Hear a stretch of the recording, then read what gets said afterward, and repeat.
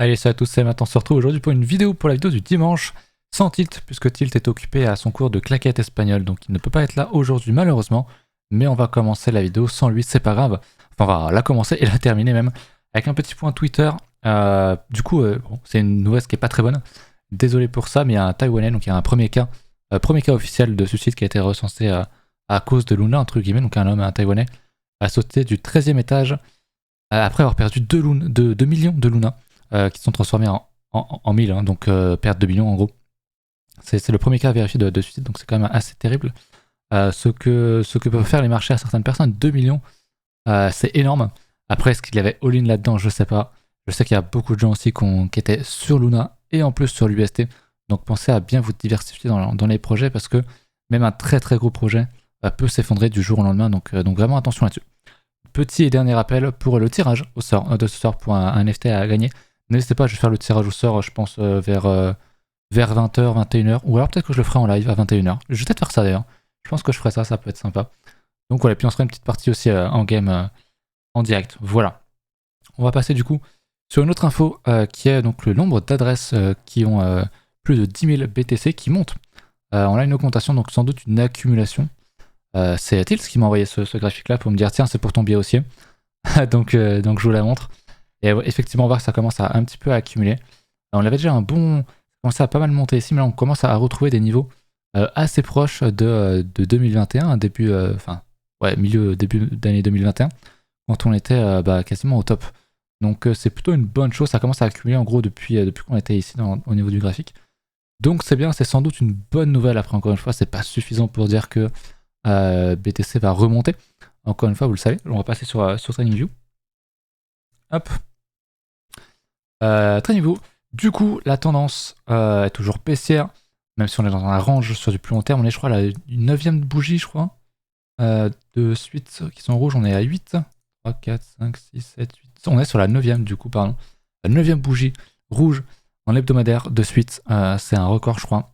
On peut très bien en faire 10, comme on peut en faire 15, comme ça peut être les dernières. Mais voilà, c'est vrai que c'est quand même assez rare et assez impressionnant. Mais ce soir, du coup, c'est la clôture. Et la clôture sera très très très importante. On est revenu mécher un petit peu en dessous il y a pas longtemps. Donc c'est bien, il faut qu'on fasse une belle clôture et surtout une belle clôture mensuelle. On en reparlera. D'ici 2 jours, je vous tiendrai au jus du coup sur Twitter. Donc pensez à follow. Mais voilà, il faudra vraiment qu'on consolide ce niveau-là, qu'on le garde en mensuel. Ça sera vraiment, vraiment important. Ça, c'est pour BTC. En hebdo, en daily, il n'y a pas grand-chose. Hein. Ce qui nous intéresse en fait, c'est plus le H4 ici. Avec le trade que j'ai pris, je vous ai montré dans la dernière vidéo, j'avais acheté ici. Vrai trade que j'ai pris, hein, pas juste un RR que j'ai posé comme ça un petit peu au hasard. Alors en réalité, j'ai 5 de RR, je sais pas pourquoi il me met 7 ici. Je l'ai pris sur Coinbase, enfin pas sur Coinbase réellement, parce que Coinbase il y a trop de frais, mais via une application où je paye pas de frais, qui utilise l'order book de Coinbase, mais bref. Puisqu'on a cassé hein, le fameux gros range qui durait depuis je sais pas combien de temps là, sur je sais pas combien de jours, depuis 2 semaines. On l'a cassé, alors on l'a cassé, on a pris les mèches, on a pris la liquidité ici pour réintégrer. Donc moi ça a été tout de suite un signal d'achat, je l'ai pris, avec un stop qui est très serré, très osé. Et pour l'instant ça passe.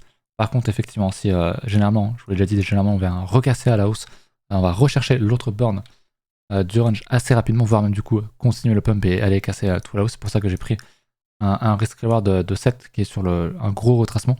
Mais théoriquement, tu dois prendre profit ici hein, sur la résistance bien évidemment. Voilà pour ça.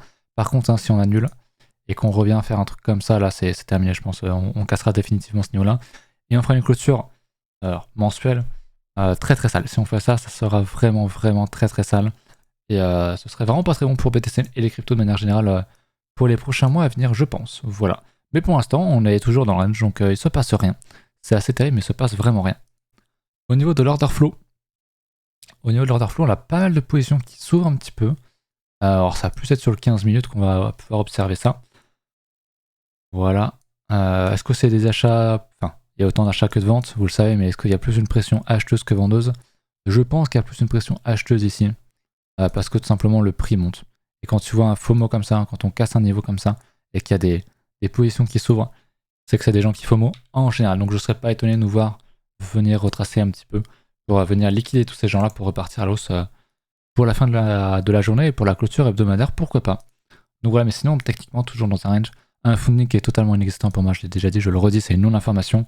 Il n'y a pas de funding bear, on en a un petit peu ici, mais c'est pas un funding positif comme on l'a eu à des tops et ça montre absolument pas un FOMO à l'achat ou un FOMO à la vente ici. Dans tous les cas, c'est plus un désintérêt de manière générale. Donc c'est une info quelque part, hein. Pour moi, vu que ça fait très longtemps qu'on oscille vraiment sur le funding entre positif et négatif, il est neutre. Pour moi, je serais pas étonné qu'on pose un bottom ici sans avoir une grosse phase de funding négatif. Voilà. Très clairement, je préfère ça à un funding qui soit resté dans le positif longtemps, mais c'est pas le cas, donc voilà. Rien d'autre à ajouter là-dedans. On range, donc ça fait 2 semaines, on attend qu'on casse ça de manière sérieuse du coup, hein, et qu'on laisse pas de mèche, et qu'on casse ça vraiment d'un côté, et on pourrait sans doute repartir à la hausse si on casse les 30 600-700, avec une belle clôture, du beau volume, et qu'on réintègre pas derrière, hein. Du coup le plan c'est ça, hein. Pour moi si on va acheter, qu'on fasse un truc comme ça, voilà, il y a un achat à prendre. Si on vient réintégrer, là c'est terminado, finito, comme dirait Manu, et là il faudra partir assez vite. On va regarder au niveau de Kingfisher, c'est ce que je vous disais juste avant. Il y a pas mal de niveaux court terme qui sont en dessous, donc ça me paraît pas débile, 28,8, 28,9 à peu près. Donc ça me paraît pas débile, mais c'est encore une fois, on n'est pas obligé d'aller chercher. Sinon sur du plus long terme, bah, c'est encore pareil, hein, je veux dire, on a encore des gros niveaux dans les 20. Ce qui me fait peur, mais encore une fois, c'est une seule et unique information. On n'est pas obligé d'y aller. C'est juste des niveaux théoriques. Peut-être que ces achats ont déjà été clôturés depuis bien longtemps et stoppés depuis longtemps. On ne sait pas en fait, c'est un peu le problème. Mais c'est vrai que pour du court terme, c'est quand même. Je pense que c'est plus efficace peut-être sur du court terme que sur du long terme, à mon avis. Après, je sais pas, c'est encore trop récent pour moi pour avoir un réel avis dessus, mais c'est quand même intéressant à regarder. Au niveau des options, on va regarder rapidos parce que je le fais tous les jours et ça sert pas à grand chose en vrai. Bon, pour fermer, du coup, il n'y a plus rien. 31, il n'y a plus rien. On va regarder en juin, fin juin. 79 000 BTC. Beaucoup de gens assez bullish. Donc il y a de fortes chances pour que le mois prochain ne soit pas à 60 000. Mais voilà, le scénario du range, encore une fois, c'est de réintégrer, en tout cas de s'éloigner un petit peu de la bande des 30 000 et d'aller remonter un petit peu dans le range à 35. On sait qu'on a une belle résistance à 37, 38, je crois. Voilà, en gros, vraiment, il n'y a plus grand chose. Là, c'est pareil, c'est l'inverse. Beaucoup de gens pour juillet qui avaient parié sur un niveau à 25 000. Donc il y a de fortes chances qu'on n'y soit pas là, c'est vraiment écrasant. Il n'y a rien au-dessus. Donc je pense que vraiment le meilleur scénar c'est l'orange. L'orange encore sans doute plusieurs mois à mon avis. Peut-être même jusqu'à la fin de l'année encore et avoir vraiment un espèce de transition market quoi. Pour moi c'est pas vraiment un bear market parce qu'on n'a pas perdu vraiment tarif. On fait pas des plus bas à la suite sans arrêt comme on a pu le faire en 2017 et les autres années pour ceux qui étaient là. Là c'est vraiment on a un niveau qui est défendu ici. Alors on mèche en dessous certes, mais c'est un gros range et pour moi c'est pas impossible que ça pose un bottom ici, pardon, et qu'on refasse une leg up, que ça dure encore un an ou deux, et qu'on monte un peu plus tranquillement, et ensuite qu'on ait un bear market et que là on connaisse un bon moins 80%, etc., etc. Voilà mon avis là-dessus. Est-ce que j'ai autre chose à vous montrer? Je ne crois pas. Je ne crois pas, non. Donc on va regarder du coup les alts. Vous m'aviez demandé quelque chose. Alors non, pardon. Avant de regarder les alts, je voulais quand même regarder vite fait le marché tradi. Puisque vous le savez, les marchés tradis rebondissent, alors que BTC non. Donc il y a une décorrélation qui nous est malheureusement défavorable sur BTC et sur les cryptos actuellement. Peut-être qu'on est en retard, je pense que c'est le cas.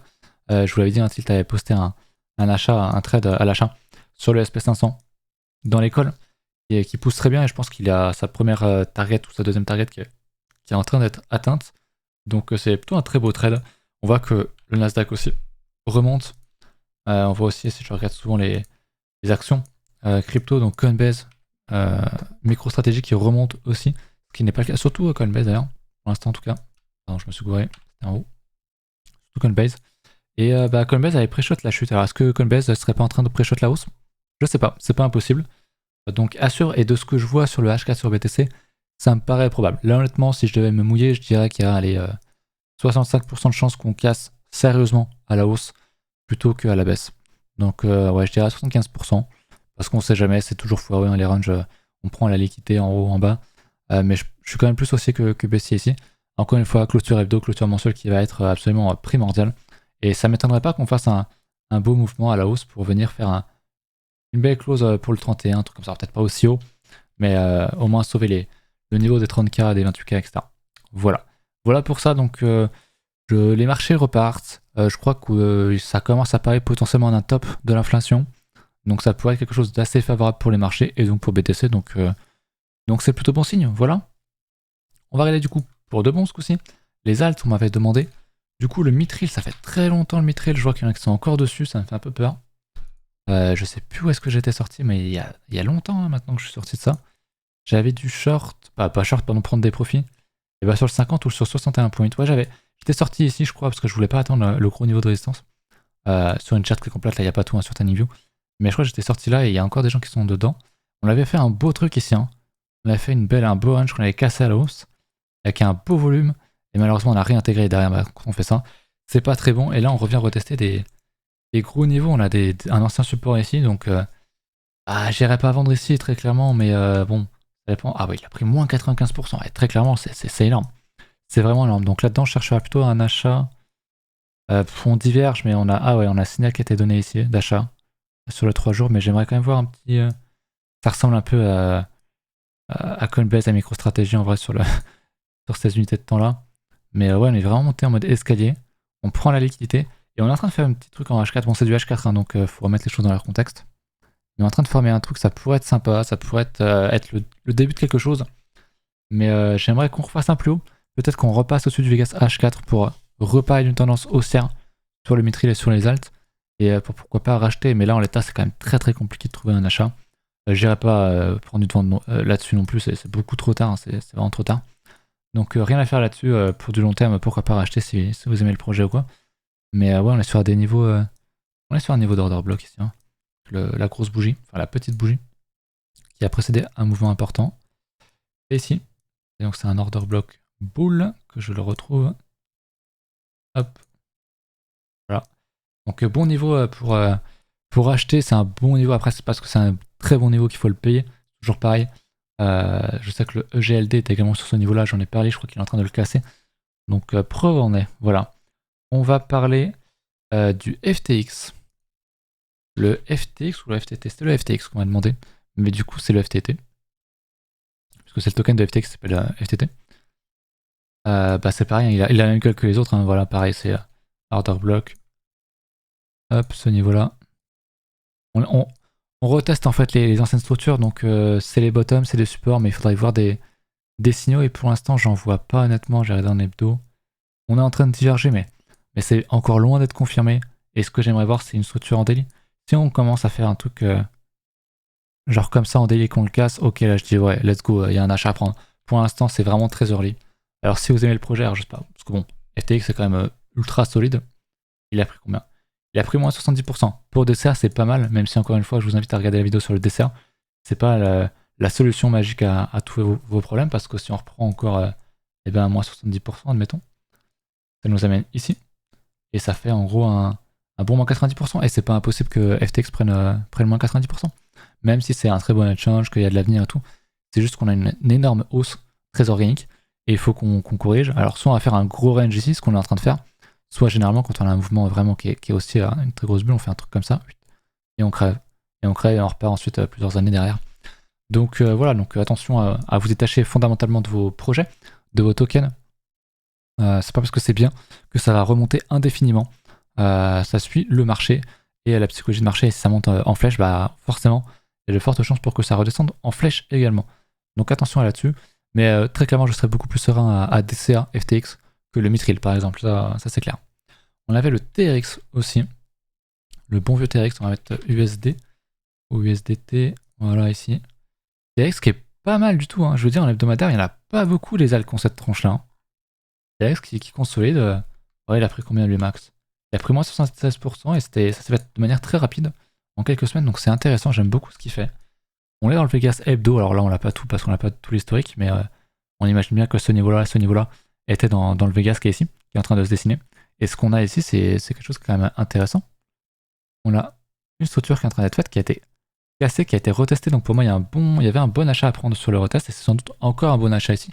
Intéressant. Après, je suis pas fan du token, je suis pas fan de Justinson, mais forcé d'admettre que le TX est une des rares alts qui a une tête comme ça en fait. Et là, vraiment, ce qu'on fait, je vais vous montrer. C'est-à-dire qu'on a une tendance baissière, on a une structure qui se met en place, on casse, ok, on reteste. Et derrière, on est en train de revenir recasser ce plus haut là. Et ça aussi, ça peut déclencher un achat. Si on casse ce niveau là, ça peut déclencher un achat. Ça commence à être haut, mais c'est vraiment un achat. Ouais, j'appellerais ça un achat de papy, tu vois. C'est-à-dire que vraiment, t'attends la confirmation de la confirmation de la confirmation. Après, on a une plus grosse structure qui pourrait se mettre en place. Hein, c'est un gros double bottom comme ça. Et c'est vrai que si t'achètes la cassure ici, bah t'achètes quasiment la résistance ici. Donc c'est pas incroyable. Mais j'aime beaucoup ce que nous montre le trône, honnêtement. Donc à suivre. Franchement, à suivre, je suis étonné. Mais en bien, du coup. Très très bien. Ouais, j'aime beaucoup ce qu'il nous fait. Par contre, hein, pareil, hein, si y en a d'autres qui ont acheté le retest ici, peut-être le cas de la personne qui m'a dit de regarder ça, j'aurai un stop proche ici et même maintenant ici. Alors que si on vient dégueuler, il faut sortir très vite à mon avis. Mais franchement, étonné. Très très bien vu. J'aimerais que vous me proposiez plus souvent des trucs qui se décorrélèrent du marché ou qui ont des bonnes têtes. Ça me ferait plaisir. Et ça me fait plaisir. Voilà, encore une fois, le VET qui a exactement la même tronche que les autres.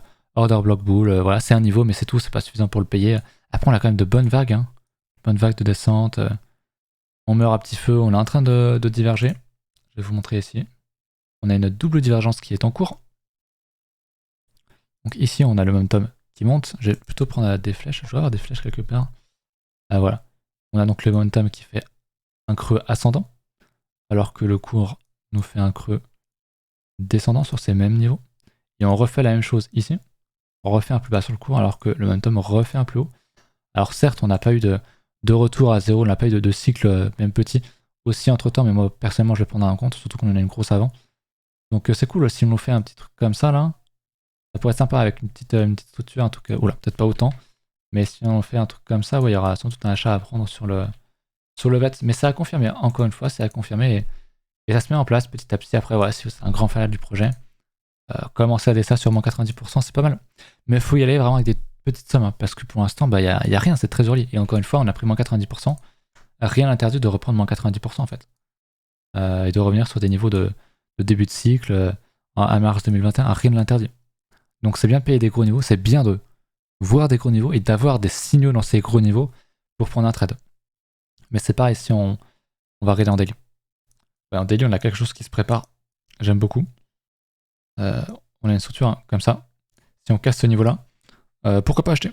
T'achètes ici, t'as un stop en dessous ici, et tu vas aller protéger ton trade. Tu vas prendre un niveau, le Vegas Daily ou un retracement, je sais pas. Tu vas prendre, je sais pas, 30, 50, 70% de profit pour sécuriser tout ça. Tu vas reprendre ton stop à break-even.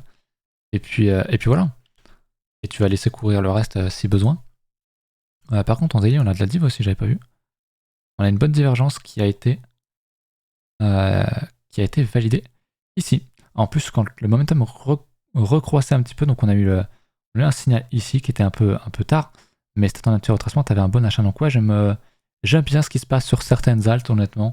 On allait tellement bas, tellement lentement pour certaines, que ça en devient intéressant de fait, mais c'est pas pour ça que ça va. Ouais, je pense qu'on aura un minimum, vraiment un minimum un rebond comme ça. Pour peut-être crever ensuite, ou alors pour commencer à structurer quelque chose et reprendre une tendance haussière ou un plus gros retracement et recrever plus tard. Mais je pense que c'est une zone où il y a des choses à faire sur quelques mois. Il y aura au moins un trade peut-être de 2-3 mois à prendre dans ces eaux-là. Que ce soit le VET ou les autres, encore une fois, hein, on regarde souvent Ether qui se fait déglinguer en ce moment, alors qu'il était plus fort il n'y a encore pas si longtemps, toujours dans son range dans sa paire BTC. Mais en dollars, bon, il est revenu rechercher sa mèche là. Est-ce qu'on l'a fait un petit peu plus bas? Je crois pas, prendre de la liquidité. Non. Mais là, je pense qu'il y a pas mal de gens qui sont très bears sur Ether. Et c'est normal. Quand tu vois un graphe comme ça, c'est quand même compliqué d'être bear, d'être bullish. Mais en vrai, on est sur support, donc je chercherai plutôt des structures pour acheter Ether ici. Pour avoir un rebond, en plus on a le Vegas Hebdo, on est parfait ici. On est très très bien, ouais. Il a perdu combien lui? Un peu moins j'imagine, moins 65%, c'est quand même beaucoup. C'est quand même beaucoup, mais Ether, précédent cycle, il a pris je pense moins 95, moins 99. Je sais pas trop. Il a pris ouais, moins 94. Donc qu'est-ce qui l'empêche de faire à nouveau moins 94? Et de revenir ici? Ça serait très bas, ce serait une grosse réintégration d'ancien ATH. Pour moi, ce serait pas très bon, mais rien ne l'empêche. Je sais qu'il y a pas mal de gens sur ce marché qui pensent que parce qu'il y a les institutions maintenant, c'est différent. C'est faux. Et c'est souvent un très gros piège de penser que cette fois-ci c'est différent. D'ailleurs, c'est une phrase qui circule beaucoup. Et à chaque fois que tu entends dire les gens dire cette fois-ci c'est différent, pour X ou Y raison, bah, c'est que c'est pas très bon en général. C'est qu'ils sont aveuglés, qu'un marché qui monte peut aussi descendre. Même si l'actif est incroyable, Ether à moins 60%, et le même Ether que quand on était au top, avec les mêmes promesses, peut-être même encore plus, parce qu'on avance dans le temps, les dApps se développent, on a d'autres blockchains en complément qui se développent, on a ETH 2.0 qui va arriver, ça prend du temps, mais voilà, ça arrive. Mais voilà, c'est pas une raison pour pas penser que ça ne peut pas descendre. Voilà. J'espère avoir été assez clair là-dessus. Qu'est-ce que je pourrais vous montrer d'autre? Je vais regarder un petit peu les autres alts, s'il y a vraiment des trucs qui pètent en ce moment. Comme le marché reprend un peu de couleur là, ces derniers jours. On l'a vu sur le H4. Le Augure que je connais un petit peu. Everdome aussi. Alors je vais pas regarder les trucs 400 parce que je pense qu'il n'y a pas grand monde qui est dedans. Avalanche. Avalanche. On va regarder. Le bon vieux Avalanche. Alors plutôt sur une paire qui est là depuis longtemps. Ah oui, je sais, parce que c'est Avax. Toujours le même problème pour Binance. Ok. Ouais, alors bon, en daily, il n'y a rien, concrètement. On commence à faire quelque chose. On a pris la liquidité, on remonte, c'est intéressant. J'aime bien. Il y a peut-être un trait à prendre sur la clôture daily qui a été sauvée. Ici, il y a peut-être un trait très aggro à prendre, pourquoi pas. Mais sinon, bon, en hebdomadaire, ça reste pas fou, quoi. On est toujours sur du moins 70, je pense, moins 85%. Il n'y a rien qui est structuré ici, on est en plein milieu de nulle part. On a peut-être un bon Fibo dans le coin. Ouais, 61.8, on tient le 61.8, c'est cool. C'est cool. Mais pour l'instant, c'est quand même compliqué d'acheter ça. J'aimerais qu'on vienne retester ce niveau-là. Ou alors qu'on commence à structurer quelque chose ici, au moins en daily. Mais c'est compliqué, mais c'est bien de voir des ailes qui commencent à retrouver un petit peu de couleur, c'est plutôt bien. On voulait voir Everdome aussi, je crois. Alors je connais pas du tout, on va aller sur OKEx. Ok, c'est très récent, on va regarder plutôt là-dessus du coup, sur charts.contrailer.pro. C'est un site qui vous permet d'avoir tout historique. Je le redis parce qu'on me le demande souvent, en live notamment. Ok, donc là on a toute la chart. J'aime pas la gueule de la chart, mais encore une fois, force est de constater que on commence à structurer quelque chose de bullish. Et là on a un gros niveau qui s'apprête à péter. On ne le paye pas ici, on n'achète jamais une résistance parce qu'on peut faire ça, il n'y a aucun problème. Mais si on casse avec un bon niveau, avec une belle clôture, du volume, il y a un achat qui se tente, soit à la clôture si elle est pas trop haute, soit sur un retest. Donc j'aime bien ce que nous propose Everdome ici. C'est intéressant, on voit qu'il y a des ailes qui commencent à avoir des setups, c'est cool en vrai. Je voulais voir Augure également. Le bon Augure, je me demande si c'est pas un projet AFR ça, je sais plus. C'est un vieux truc de 2017, hein, 100%. On va regarder. Il était déjà là lui, ouais, 2015 même, 2015, 2016, 2017, il était là. Donc c'est vraiment un très vieux truc. Ah oui, il a pris tarif lui. Il a pris tarif, il est revenu retester ce niveau-là, j'aime pas. J'aime pas trop, mais pareil, hein, il fait un bel avalement à la hausse. Il commence à... Ouais, très clairement c'est de la prise de liquidité ici. Hein. On vient repump très vite, donc il y a dû avoir pas mal de ventes spot ici à mon avis. Parce que là, vraiment, avalement aussi en hebdomadaire, c'est très bon signe. Hein.